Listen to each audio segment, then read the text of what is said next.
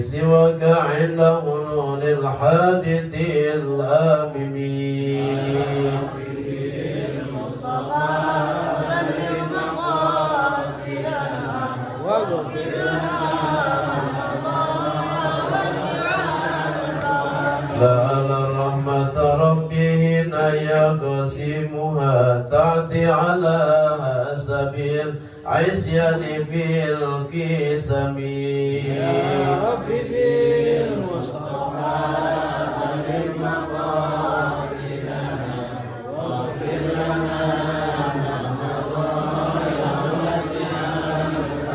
يا رب واجعل رجائي غير منعكسين لديك واجعل حسابي غير منخرمين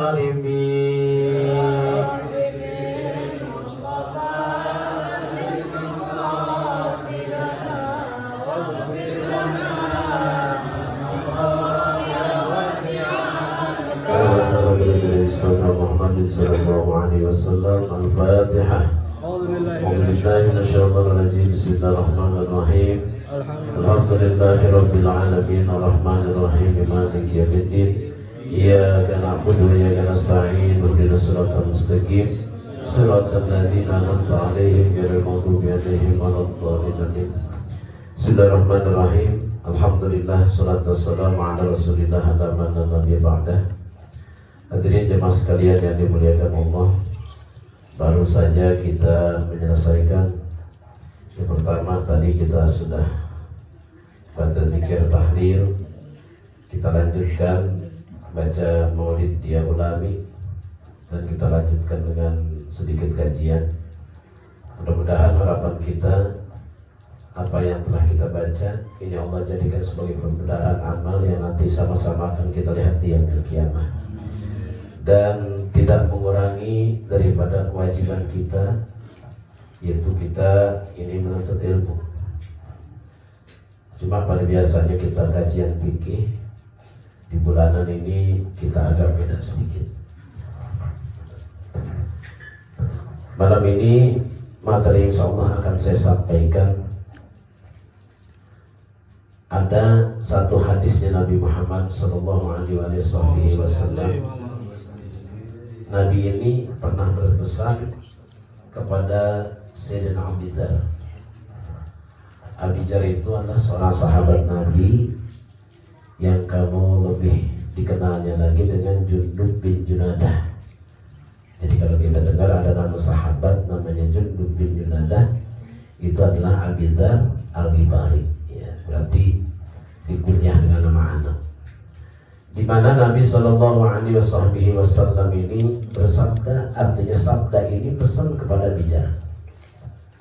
Bukan cuma kepada Abi Dzar, tapi kepada sahabat yang lain, begitupun juga kepada kita. Kata Nabi, ya Aba Dzar, wahai Aba Dzar, jaddidis sabinata fa innal bahra amiq. Ini pesan yang pertama. Jaddidis sabinata fa innal bahra amiq. Perbaharuilah oleh kamu akan kapal. Fa innal bahra amiq, maka sesungguhnya lautan itu sangat dalam. Jadi ini pesan Nabi yang pertama. Jadi Nabi berpesan kepada Abu Dzar, wahai Abu Dzar, perbaharui kapal, karena sesungguhnya lautan itu dalam. Artinya apa? Kapal di sini perbanyak bekal kita, perbaguslah bekal kita, baguskan niat kita. Ay ahsin niyata fi kulli ma ta'ti wa tadar. Perbaikilah segala niat kita, perbaguslah segala niat kita. Jadi yang paling pertama, ini kita disuruh memperbaiki niat. Kenapa harus yang pertama memperbaiki niat? Sebab baik dan tidaknya satu perkara tergantung kepada niatnya. Ini niatnya apa dulu? Niatnya apa dulu?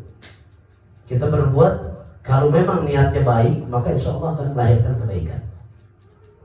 Tapi kalau niatnya udah rusak, maka kesana kan juga nggak akan ada beres-beresnya.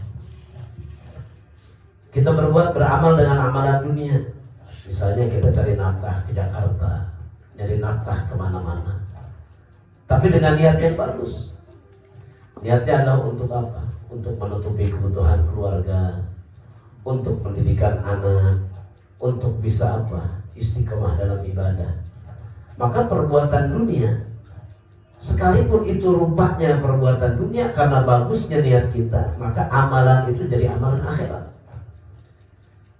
Begitu pun sebaliknya, amalannya amalan akhirat, zikir, sholat, dan yang lainnya. Tapi niatnya apa dulu? Niatnya pengen dilihat orang, niatnya pengen dikasih nilai bagus, niatnya pengen dipandang, niatnya pengen kesohor, niatnya pengen terkenal. Maka amalan-amalan akhirat itu nggak akan ada nilai apa-apanya nanti, kosong. Sebab yang kita cari dari ibadah kita itu bukan karena Allah, tapi mencari penilaian orang lain. Nah, ini amal kita, suruh diperbaiki amal kita. Fa innal bahra amik, maka sesungguhnya bahra amik, lautan itu sangat dalam. Artinya kenapa kita suruh perbanyak, suruh perbagus amalan kita? Karena bahwasanya kehidupan kita sesudah mati ini bukan kehidupan yang sementara, tapi kehidupan kita sesudah mati ini kehidupan yang selama-lamanya. Kita hidup di dunia paling berapa tahun sih? Apalagi kita kayaknya mau mati takut banget ya. Kan takut banget sama mati kita. Ogah banget kayaknya mau mati ya. Ogah banget sama mati, kalau udah waktunya datang mati. Jadi tak mati mah jangan ditakuti. Enggak perlu kita takutkan kematian. Sebab kenapa? Likulli syai'in ajal. Tiap-tiap sesuatu tuh udah ada ketentuannya. Allah yang punya ketentuan. Mau muda, mau tua, mau bocah, semuanya ada ajalnya. Tapi yang kita perlu pikirin ya, yang kita kudu renung saat ini bukan proses kematiannya, tapi yang kita pikirkan saat ini, kalau kematian datang, kita udah punya amal apa? Kita udah punya amal apa nih buat ngadepin pertanyaan malaikat besok? Kebaikan apa yang kita udah perbuat? Ibadah apa yang kita udah lakukan? Untuk menghadapi apa? Untuk menghadapi pertanggungjawaban kita ketika kita sudah masuk ke alam kubur. Kehidupan dunia sebentar. Paling lama kita hidup di dunia berapa tahun sih? Apalagi umat sekarang. Jarang yang umurnya sampai 120 tahun. Kayak umur 120 tahun itu udah hebat banget. Tapi kehidupan akhirat itu adalah kehidupan yang abadan abidin, selama-lamanya. Enggak ada akhirnya. Enggak akan ada ketemu ujungnya. Terus ketika kita sudah masuk ke alam barzah, al-qabru manzilun min manazilil akhirah. Kubur ini adalah satu tempat, satu persinggahan kita awal masuk kita kepada alam akhirat. Itu alam kubur itu adalah kehidupan pertama kita masuk ke alam akhirat, alam kubur. Ada berapa alam lagi nantinya kita harus lalui. Ada alam kubur. Nah setelah alam kubur ya, ada alam barzah, terus ada alam mahsyar, ada alam mizan.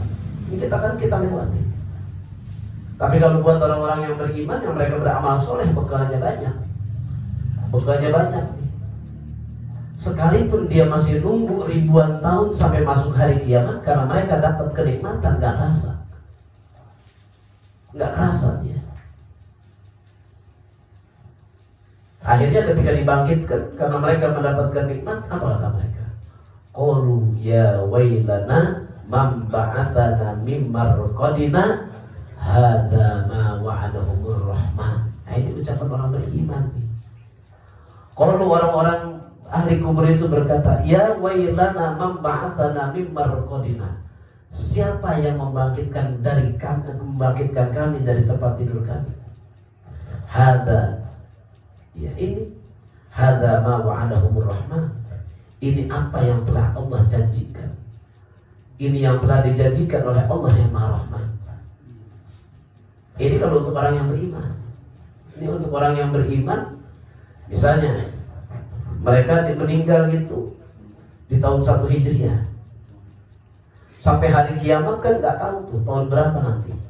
Berarti ribuan tahun itu, ratusan tahun, ya, bahkan jutaan tahun dari mulai dia masuk ke alam kubur sampai masuk ke alam kiamat. Sampai alam apa? Sampai alam mahsyar. Dibangkitkan. Itu berapa juta tahun itu. Karena dia beriman kepada Allah, nggak kerasa. Sampai mereka mengatakan seakan-akan dia dalam keadaan tidur. Tapi bayangin Pak, buat orang-orang yang ingkar kepada Allah, buat orang-orang yang nggak punya bekal, orang-orang yang nggak punya bekal, disiksanya itu kerasanya nggak keturunan. Satu hari, satu saat di dunia ini bagaikan 1000 tahun di akhirat. Kalau kita bawa bekalnya banyak ya enak, walaupun lama nggak rasa. Tapi kalau bekalnya dikit, ketika apa? Ketika kita sudah masuk ke alam kubur, apa yang kita mau pakai? Nggak ada yang namanya gitu. Makanya hujizat, ya, jadi di sapinah fa'inal bakhra'a, perbaharui kapal kita. Fa'inal bakhra'a wa hujizat kamilan fa'inna safar ba'id. Ambillah bekal yang sempurna, ambil bekal yang sempurna. Fa'inna safar ba'id, maka sesungguhnya musafir kita itu sangat jauh. Perjalanan kita setelah kita masuk ke alam kubur itu jauh banget Pak. Jauh banget. Dunia sepanjang-panjangnya dunia ada udahnya. Selama-lamanya dunia itu ada udahnya. Tapi selama-lamanya akhirat, ya, selama-lamanya akhirat ini gak ada udahnya. Jadi hujizat kamilan, ambil bekal yang banyak, cari bekal yang banyak. Jadikan setiap waktu ini biar bernilai ibadah. Ya, mulut kita pakai buat ibadah. Kita punya mulut, ya, kita pakai buat zikir. Kita punya mulut, kita bicara yang baik. Saat ini kan mulut kita ini banyak kan pakai maksiat pun, ya. Maksiat kepada Allah itu banyak. Berapa kali kita zikir dalam satu hari? 33, ya cuma 33. Banyakan ngomongin orangnya, apa banyakan zikirnya kita punya mulut? Banyakan buat pakai maksiatnya, apa banyakan kita buat beramalnya nih kita punya mulut? Kita kan paling gampang tuh kalau komen dengan orang, ya. Kita meneliti amal orang itu paling gampang Pak. Pertanyaannya, emang kita pernah disuruh sama Allah buat meneliti amal orang? Nggak ada satupun perintah kita untuk meneliti amalan orang lain. Yang penting kita udah mengajarkan, menyampaikan. Oh, si fulan begini nih, si fulan begini, nggak ada urusan udah. Itu urusan dia sama Allah. Urusan kita yang jadi urusan kita ya kita pikirin sesuatu yang menjadi urusan kita. Jangan kita mikirin yang bukan urusan kita. Mana yang jadi urusan kita? Sholat kita, itu urusan kita tuh. Ibadah kita, itu urusan kita. Ngaji kita, itu urusan kita. Amal kita, itu urusan kita. Jangan kita mikirin urusan orang, ya. Akhirnya kita kebangetan sibuk neliti amalan orang, ujung-ujungnya kita lupa atau diri kita. Kita lupa dengan urusan kita sendiri. Ya, kita sholat, ya udah sholat buat kita. Jangan kita sholat, ya kita lihat si fulan, masya Allah. Lihat nih orang kayaknya selama hidup kagak pernah dia datang ke masjid. Bodoh amat urusan dia itu. Itu urusan dia kepada Allah, bukan urusan kita. Gue yakin banget nih orang matinya bakalan susah. Ini orang kagak pernah sembahyang pisan sekali juga. Itu urusan dia sama Allah, bukan urusan kita. Urusan kita apa? Pertanggungjawaban amal kita. Urusan kita itu kepada Allah. Pertanyaannya lagi, ketika kita melihat seseorang berbuat maksiat kepada Allah, kita udah kasih nasihat atau belum? Kan begitu. Kita udah kasih nasihat ke dia belum? Kita udah dakwah Islam ke dia belum? Jadi kita nggak boleh tuh menjustis seseorang, menghukum seseorang ketika dia dalam keadaan berbuat maksiat. Ini orang berbuat maksiat kepada Allah, kita hukum. Pertanyaannya, kita udah dakwah belum ke dia? Kita udah nyampaikan ajaran agama yang benar belum ke dia? Kita udah nyampaikan hukum-hukum Islam belum ke dia? Kita udah menyampaikan kebenaran belum ke dia? Kita udah ngajak dia sholat apa belum? Ternyata semuanya belum kita kerjain. Mau ngapain kita komen? Nggak ada manfaatnya. Ketika kita melihat saudara kita melakukan sebuah kemaksiatan, ketika kita melihat saudara kita berbuat kemaksiatan, tugas kita itu bukan untuk komentar. Tugas kita itu bukan komentar. Tugas kita itu bukan ngomongin, bukan bicarain. Tapi kita punya tugasnya apa? Nasehatin. Gitu. Kan tolonglah saudara kamu yang dalam keadaan berbuat maksiat. Kan disuruhnya gitu. Tolonglah saudara kamu yang sedang dalam keadaan berbuat maksiat. Tugas kita ini memberikan nasihat, bukan ngomongin. Ketika ada saudara kita terjerumus, bukan kita cibir, bukan kita maki. Gak ada perintah memaki, gak ada. Nabi Muhammad gak pernah ngajarin kita nih untuk memaki orang yang berbuat maksiat, gak ada. Nabi Muhammad gak pernah menyuruh kita memerintahkan ngomongin orang yang berbuat maksiat, gak ada. Tapi yang ada Nabi Muhammad itu memerintahkan kepada kita, ketika melihat saudara kita berbuat maksiat, nasehatin, kasih ilmu, dakwahin Islam. Nah itu tugas kita. Kuntum khairal ummatin, kan di dalam Quran. Kuntum khairal ummatin ukhrijat linnas ta'muruna bil ma'ruf wa tanhauna 'anil munkar. Kita ini sebaik-baiknya umat. Ta'muruna bil ma'ruf, kita diperintahkan untuk menyampaikan kebaikan. Kita diperintahkan untuk menyampaikan kebenaran. Wa tanhauna 'anil munkar, dan kita diperintahkan untuk mencegah segala bentuk kemunkaran. Ada orang berbuat maksiat kepada Allah. Yang pertama, tugas kita itu cuma dua. Satu, sampaikan kebenaran. Saudara, mohon maaf, nih ente kalau judi begini nih, ya. Ente kalau judi begini nih, mau sampai kapan? Ini nggak boleh nih, dalam agama dilarang. Ini kita udah nyampein begitu atau belum? Nah, kan kagak berani kita nyampein begitu. Sampaikan. Khairal ummatin ukhrijat linnas ta'muruna bil ma'ruf. Perintah, sampaikan kebaikan. Ente gak boleh begini. Ya, panggil, ngomong 4 mata. Ente kalau melakukan begini, ini efeknya bakal begini. Ya, uang habis gak ada manfaatnya. Ya, nasehatin 4 mata. Nah, kalau memberi nasihat bukan depan orang banyak. Kalau kita nasehatin seseorang di depan orang banyak, namanya bukan nasihat, tapi itu sedang menghina. Panggil 4 mata, nasehatin. Setelah kita nasehatin, wa tanhauna 'anil munkar, cegah dia daripada berbuat kemungkaran. Udah deh, yang kemarin udah, tapi jangan diulangin lagi. Cakep tuh kalau begitu. Bukan kita lihat orang maksiat, akhirnya kita ngumpul, kita omongin. Nah ini salah. Ya, ini salah. Siapapun yang berbicara itu salah. Lihat orang maksiat, bukan dinasehatin, bukan diarahkan kepada jalan yang benar, malah dia kumpul, ngeriung, diomongin. Nggak ada perintah, ya, nggak ada perintah dari Allah dan Rasulnya untuk menceritakan kemaksiatan yang dilakukan oleh orang lain. Nggak ada. Nggak ada perintah satupun untuk mengomentari kejahatan yang dilakukan oleh orang lain. Nggak ada. Yang ada satu, kita diberikan perintah untuk menasehati. Yang kedua, diperintahkan untuk apa? Untuk melarang agar dia nggak berbuat maksiat lagi. Ustaz, saya nggak mampu. Nasehatin saya kagak bisa. Apalagi ngelarang, saya kagak bisa juga. Apa tuh? Diem. Udah diem, nggak usah komen, diem, itu udah paling selamat itu, ya, udah paling selamat. Jangan nggak bisa nasehatin, nggak bisa melarang, tapi ngomongin. Nah ini salah ini. Ya.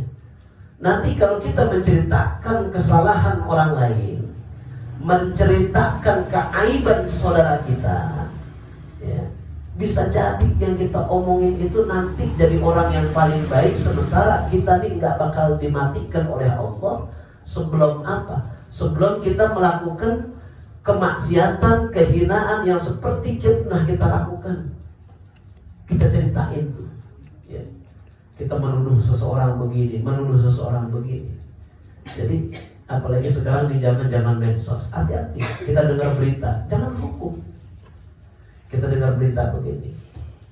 Makanya berbicaralah dengan pembicaraan yang memberi manfaat.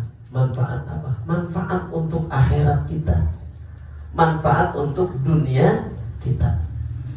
Makanya derajat kesolehan seseorang itu bakal dicabut. Sekalipun dia orang yang ahli ibadah, dicabut pangkat kesolehannya. Ketika apa? Ketika dia banyak berbicara sesuatu yang tidak ada manfaatnya, dicabut derajat kesolehannya. Dan ketika dia belum bertobat dari apa yang dia lakukan, maka diragukan kematiannya itu dalam keadaan husnul khatimah. Makanya disampaikan oleh para ulama, kalau memang fitnah itu sudah menyebar, kesana banyak ngomongin orang, kesono banyak ngomongin orang, kemari banyak fitnah, kemari banyak fitnah, gimana cari jalan selamatnya? Uskun fi baitik. Udah cukup, diem-diem di dalam rumah, diem-diem di dalam rumah. Untuk apa?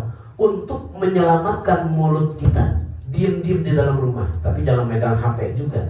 Ini diem di dalam rumah, megang HP, komentar, bikin status, nah ini parah lagi. Udah diem-diem di dalam rumah, nggak usah pegang HP, diem-diem di dalam rumah, nggak usah cari-cari tahu, nggak usah pengen tahu. Nah ini yang diperintahkan itu apa?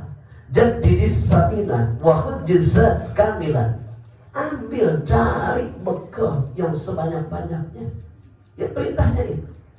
Cari bekal buat kita yang sebanyak-banyaknya.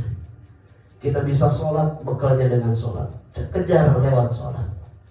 Dengan sholawat, kejar dengan sholawat. Dengan sholawat, kejar dengan sholawat. Dengan zikir, kejar dengan zikir. Dengan puasa, kejar dengan puasa. Dengan tahlil, kejar dengan tahlil. Berapa kita baca tahlil dalam sehari semalam?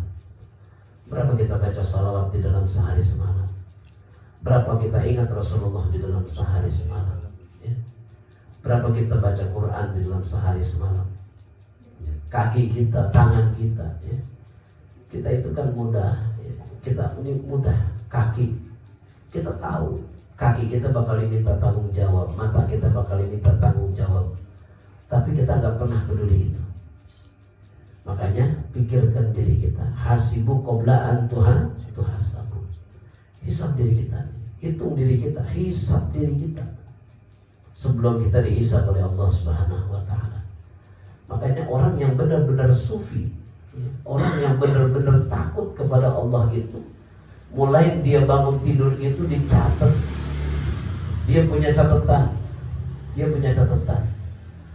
Ya, dari bangun tidur sampai johor dicatat dulu tuh. Nanti jadi johor sampai maghrib dicatat berapa kalimat yang keluar dari mulutnya. Berapa tuh kalimat yang keluar dari mulutnya? Banyakan kebaikan apa banyakan kejelekan? Berapa kali mulutnya zikir kepada Allah Subhanahu wa taala? Pantas kalau hari ini, ya, pantas kalau hari ini doa kita nih nggak ada yang makbul satu juga. Pantas kalau hari ini doa kita nggak ada yang makbul. Kenapa? Sebab kita punya mulut nggak ada yang suka dijaga. Kita punya mulut ini banyak yang kotornya. Banyakkan komentar orang, banyakkan menilai orang, banyakkan ngomongin orang. Ya. Kita nggak tahu nyari tahu. Setelah kita tahu, kita kembangin. Ya. Dikembangin sama dia ke sono kemari, sampein sono, sampein sini, pas dan sini. Makanya itu terhijab doa kita. Terhijab doa kita.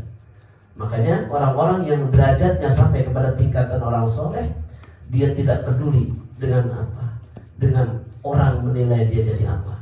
Dia diam-diam di dalam rumah tuh, biarin mau dianggap kuper kayak, dianggap enggak bergaul, dianggap enggak kenal dengan orang. Dia lebih baik diam-diam di dalam rumah, menjaga daripada apa? Menjaga daripada banyaknya fitnah. Menjaga banyaknya daripada fitnah yang udah seliweran. Dia jaga dirinya saking takutnya dia kepada Allah Subhanahu wa taala. Ujizat kamilan fa inna safara ba'id. Ambil bekal yang sempurna, fa inna safara ba'id. Maka sesungguhnya perjalanan akhirat ba'id, itu sangat jauh. Ya, sangat jauh. Bagaikan laut yang enggak ada ketemu tepian. Bagaikan lautan yang enggak ada ujungnya. Terus di alam akhirat. Wa hubbi bil hamla fa innal aqabata kaudun.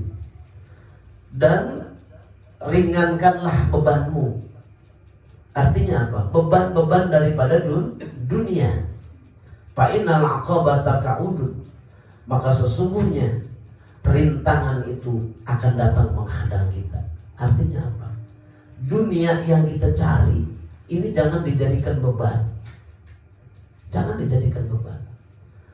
Semuanya kita berjalan di alam dunia ini adalah takdirnya Allah. Rizki itu takdirnya Allah. Rizki itu takdirnya Allah, Pak. Bukan hasil usaha kita. Bukan. Siapa bilang rizki itu hasil usaha? Kalau kita meyakini rizki itu adalah hasil usaha, maka kita keluar tuh dari akidah Ahlus Sunnah wal Jamaah. Rizki itu takdirnya Allah yang udah dicatat sejak zaman ajali. Yaitu dia usaha, Ustaz. Dia bisa usaha, Allah yang nakdirkan dia usaha. Dia bisa usaha, itu Allah yang takdirkan dia usaha. Orang ada yang gak usaha apa-apa, tapi hidupnya Allah cukupin. Banyak kan? Menunjukkan apa? Itu semua takdir. Usaha yang kita jalani ini bagian takdir juga. Wah, saya kalau kagak usaha, ya kagak makan, Ustaz. Na'udzubillah min dzalik, ini ngomong begitu. Ngomong kita, saya kalau nggak usaha, saya ini bisa nggak makan. Berarti orang yang punya pikiran begini, nih dia nggak pernah belajar sifat 20. Berarti dia nggak yakin Allah itu ada. Dia nggak yakin Allah itu yang maha memberi rezeki. Sementara dia bisa usaha karena Allah yang memberikan takdirnya kepada dia untuk usaha. Jadi udah, ringankan beban-beban dunia kita. Berarti nggak boleh nyari usaha dong? Bukan. Cari dunia, cari dunia kita. Cuma dunia ini jadikan bekal untuk akhirat. Makanya kalau dengan dunia, bahasa saya itu jangan sampai ke hati. Dunia mah cukup ad-dunya fil jaib. Dunia mah cukup sampai di kantong. Dunia itu cukup sampai di kantong. Jangan sampai masuk ke dalam hati. Sebab kalau dunia sampai masuk ke dalam hati, ketika dunia itu hilang, nyeseknya nggak keturunan. Ya. Makanya dunia mah cukup sampai di sini doang nih. Kita punya motor, udah sampai di sini, sampai di kantong. Kita punya duit cukup sampai di kantong. Jangan sampai ada di dalam hati kita ini sayangnya sampai sayang banget. Ntar kalau motor kita hancur, nyeseknya nggak keturunan tuh.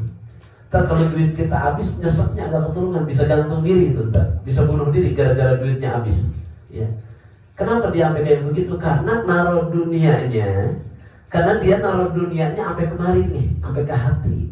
Makanya dunia mah cukup sampai di kantong. Udah, jangan dipikirin.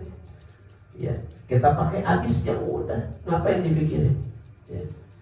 Kan kadang-kadang kita nih punya duit sekian, dipakai buat ini, kita pikirin banget. Ujung-ujungnya habis mah habis tuh duit, manfaat nggak ada. Ya. Ujungnya stres, pelangak, pelongok, ya pelangak, pelongok, duitnya habis. Masih bagus pelangak, pelongok doang. Kalau pelangak, pelongok tiba-tiba masukkan setan, ya ujung-ujungnya gila tuh, gara-gara duitnya habis. Makanya naruh dunia tuh kata ulama cukup. Dunia kamu itu cukup sampai di kantong. Jangan masukkan ke dalam hati. Kenapa? Karena dunia kalau udah sampai masuk ke dalam hati, Bukan kita yang mengendalikan dunia, bukan kita yang memimpin dunia.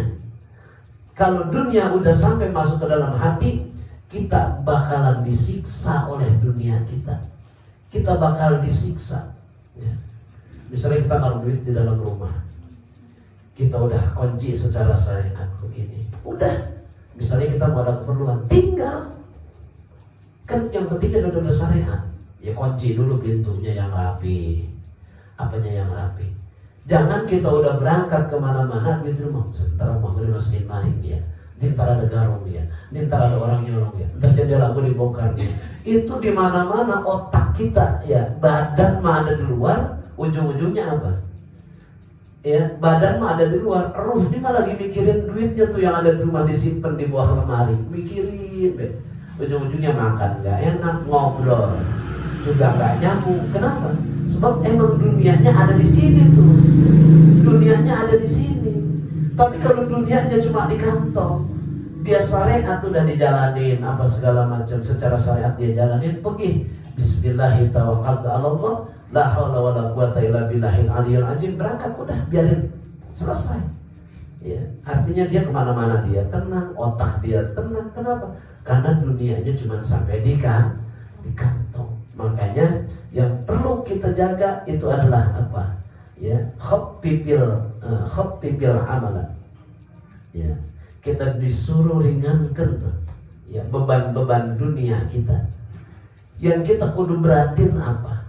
Yang kita kudu beratin lagi-lagi beban pertanggungjawaban kita besok. Beban pertanggungjawaban kita besok ketika mati. Makanya ulama-ulama aslafun saleh itu ya guru-guru kita. Ini kalau emang kita benar-benar ngikut ittiba kepada guru-guru kita. Guru-guru kita itu kalau usia udah masuk 40 tahun dia beli kain putih. Ya. Umur 40 tahun dia udah beli kain putih. Dia beli kain putih. Ditaruh mana? Ditaruh lemari. Itu kain putihnya. Ketika dia buka lemari, ya Allah, ini kain yang bakal buat ngebungkus saya. Dia habis mandi segala macam, dia taruh, ya Allah, ini kain yang bakal buat ngebungkus saya. Jadi kelihatan terus ini kain yang buat ngebungkus saya. Kalau kita kan romanya sama kain putih pada takut ya. Sama kain putih takut. Jangan takut sama kain putih.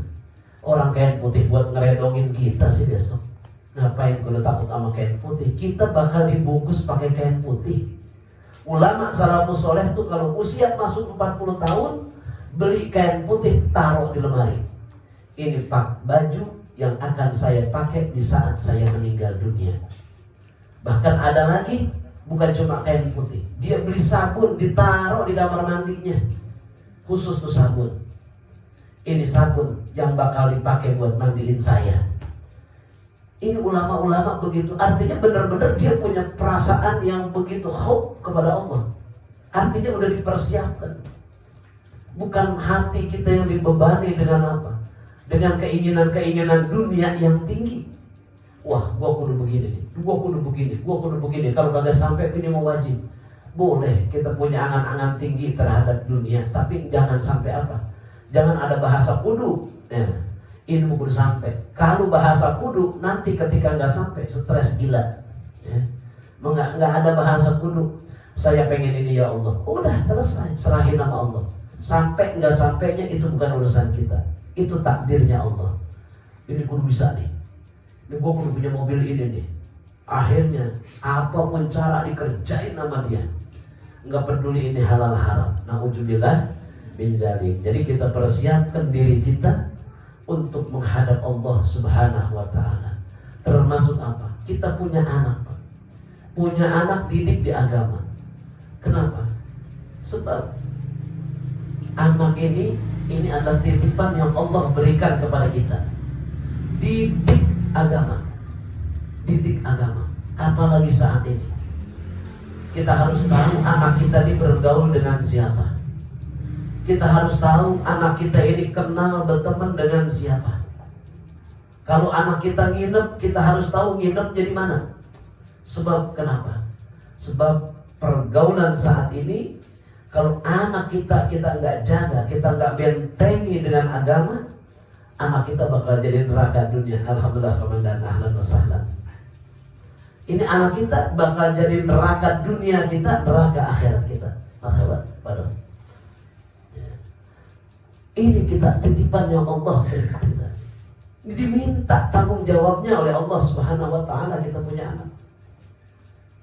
Sebab di yaumil kiamah nanti nggak ada yang namanya bapak nyariin anak, nggak ada. Nggak ada bapak nyariin anak, nggak ada. Yang ada anak nyariin bapak. Di yaumil kiamah nggak ada suami nyariin bini, nggak ada. Tapi yang ada di yaumil kiamah, bini akan ngejar-ngejar suami. Sama di dunia. Anak minta pertanggungjawaban orang tua. Ketika anak kita berbuat salah, pasti dampaknya ini adalah ke kita sebagai orang tua. Makanya kita punya anak nih, yang Allah titipkan ke kita jaga apa? Kita jaga. Ya perkembangan, ya pergaulan saat ini, naudzubillah menjadi kalau kita nggak bentengi anak-anak kita dengan agama, ya, ini bakal menakutkan kita, bakal memudaratkan diri kita, bakal membuat sengsara kita. Kita ingin anak-anak kita kelak besar nanti dia itu betul-betul menjadi memberikan kebahagiaan ke kita. Gimana caranya agar anak memberikan kebahagiaan kepada kita di saat kita tua? Didik agama, ya. Didik agama. Mungkin zaman kita dulu kita sama orang tua kita masih takut. Tapi sekarang orang tua tuh udah dianggap apa? Dianggap teman. Orang tua tuh udah dianggap teman. Ini berarti apa? Akhlak saat ini udah mulai hilang. Akhlak saat ini sudah mulai merosot. Makanya saya ngajak kepada jamaah yang dimuliakan Allah. Ini di kita punya anak, kalau di jam 9 malam udah suruh pulang. Jangan anak kita keluyuran kemana-mana. Ya. Lihat tuh Pak, tawuran kan, ya. Tawuran di jalan Bomang, ya. Yang pada tawuran yang sampai pada mati. Belum yang kena obat pada, yang pada kena obat, yang kena ini, yang kena ini, yang kena ini. Nah kalau udah seperti itu, siapa yang susah? Itu menjadi petaka buat kita. Menjadi apa namanya? Menjadi neraka buat kita. Makanya titipan yang Allah berikan kepada kita, ini kita harus rawat dengan sebenar-benarnya. Tanamkan ajaran agama yang benar kepada anak-anak kita. Karena dengan kita menanamkan ajaran agama kepada anak-anak kita, maka anak kita ini akan memiliki akhlakul karimah. Mudah-mudahan sedikit yang saya sampaikan ini menjadi ilmu yang bermanfaat. Mudah-mudahan Allah Subhanahu wa taala memberkahi kita semua. Datangnya kita ke majelis ini adalah anugerah yang sangat mahal yang Allah berikan kepada kita. Ini komandan dari Polda Metro, beliau pulang dinas, ya alhamdulillah beliau bisa langsung datang ke sini untuk ngaji. Biasanya dia nontonnya lewat YouTube doang. Lewat YouTube doang. Tapi sekarang dia bisa langsung datang. Mudah-mudahan sehat walafiat. Al-Fatihah. Alhamdulillahirrahmanirrahim. Bismillahirrahmanirrahim. Alhamdulillahirabbil alamin arrahmanir rahim maliki yaumiddin. Iyyaka na'budu wa iyyaka nasta'in ihdinas siratal mustaqim siratal ladzina an'amta 'alaihim ghairil maghdubi 'alaihim waladdallin.